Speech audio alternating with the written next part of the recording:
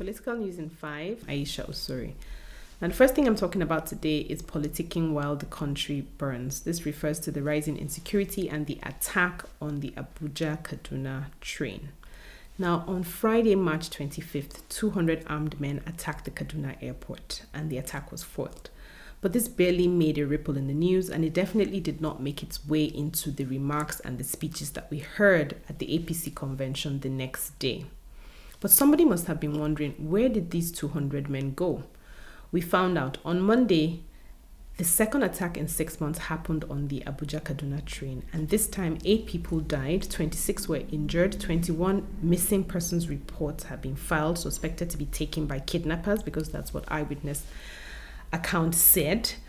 And 184 people are unaccounted for, and we might never know the full picture. Why? Because although the train has capacity for 840 people, the manifest only has about 362 validated tickets.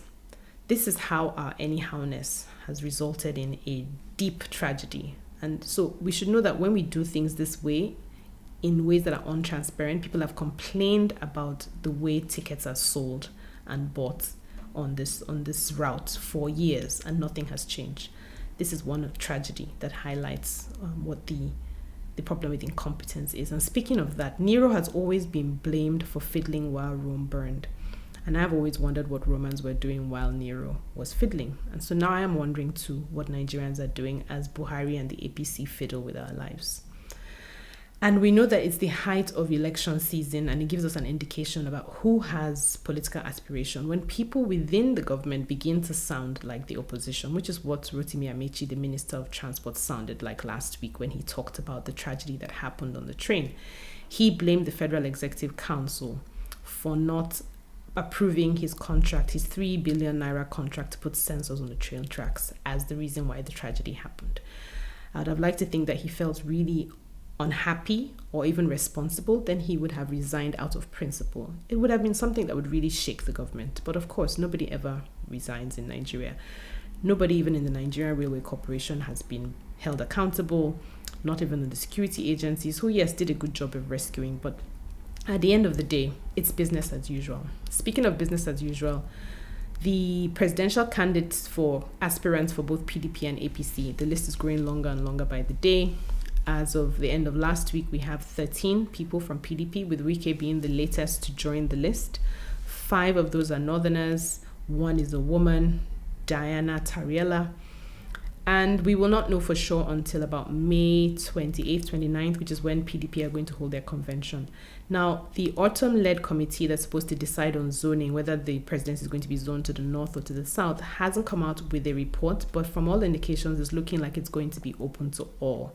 One of the arguments being made is if you allowed people to buy these forms, which come at a cost of 40 million naira, which is about $100,000, then you've sort of implied that it's open to everyone.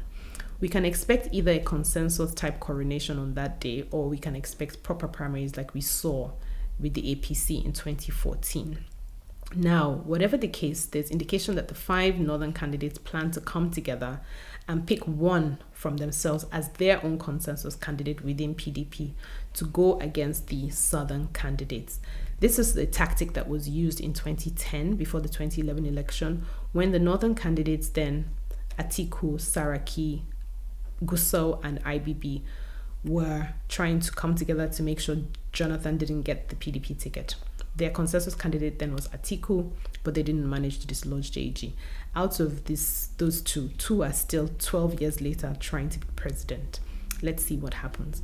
On the APC side, at least 5 people have declared, with Yaya Bello, the governor of Kogi State, being the latest person to declare. He declared actually just yesterday on Saturday. Amongst many things that he said he was going to make 20 million Nigerians millionaires by 2030. And I saw a very funny remark on Twitter where the person said, well, the Yaya Bello made Kogi millionaires should please come out so we know them, because obviously charity begins at home. Really just too funny. But let's not waste too much time on these people. Let's wait until we know who the candidates are going to be. There are at least 5 candidates too, also in the shadows for APC, who haven't come out to declare, but it's very clear that they are going to run. So it's a matter of time before we see the list on APC grow also longer. They have till June 3rd to be able to produce their candidates. So we can expect that their decision is going to come around the same time the PDP's decision is coming out. Let's wait and see. And then finally, this what I want to talk about is the Umahi, the governor of Ebonyi, and his deputy are free to stay in power, so say the Court of Appeal, who ruled last week and said that their defection from PDP to APC does not require them to forfeit their seats. I think that's unfortunate. The spirit of previous judgments, which said that we don't vote for candidates, we vote for parties, should at least have influenced the court's thinking. But let's see, maybe this case is going to make it all the way to the Supreme Court. Well, that's it this week from me. I'll just put the reminder out there. Please get your PVCs. And when you get your PVCs, be prepared to vote differently if we want differently. 2023 gives us another chance to battle for the soul of Nigeria. Please do your bit. Stay safe, stay well, and see you next week. Bye.